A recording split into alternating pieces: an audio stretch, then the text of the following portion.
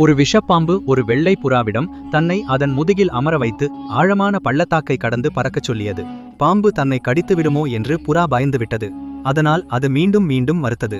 பாம்பு சத்தியம் செய்தது, நான் உன்னை கடித்தால் நானும் கீழே விழுந்து இறந்து விடுவேன். புறாவிற்கு இந்த வாதம் சரியாக தோன்றியது. அது பாம்பை தன் முதுகில் அமர அனுமதித்தது. மேலும் பள்ளத்தாக்கின் மேல் பறக்கத் தொடங்கியது. ஆனால் அவர்கள் பள்ளத்தின் நடுப்பகுதியை அடைந்தவுடன் பாம்பு திடீரென அதன் விஷப்பற்களை புறாவின் கழுத்தில் பாய்ச்சியது. விஷம் பரவியதும் புறா கீழே விழத் தொடங்கியது. உதவியற்ற நிலையில் அது கேட்டது, நீ ஏன் இப்படி செய்தாய்? பாம்பு உதவியற்ற நிலையில் கூறியது, மன்னிக்கவும், இது என் இயல்பு. உளவியலில் இதை இயல்பு நிர்ணய கோட்பாடு என்று கூறப்படுகிறது.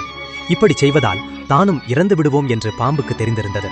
இருந்தபோதிலும் அது தனது அழிவுகரமான இயல்பை கட்டுப்படுத்த முடியவில்லை. நாம் சில தீய குணம் கொண்டவர்களை மாற்ற முயற்சிப்பது போன்றதுதான் இதுவும். நம்முடைய நல்ல குணம் அவர்களை ஒரு நாள் மாற்றும் என்று நாம் எண்ணுகிறோம்.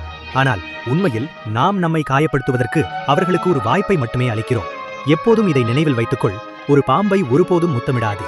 கெட்ட எண்ணம் கொண்டவர்களை இரக்கத்தின் காரணமாக ஒருபோதும் காக்காதே. அவர்களின் பேச்சு எவ்வளவு இனிமையாக இருந்தாலும் சரி.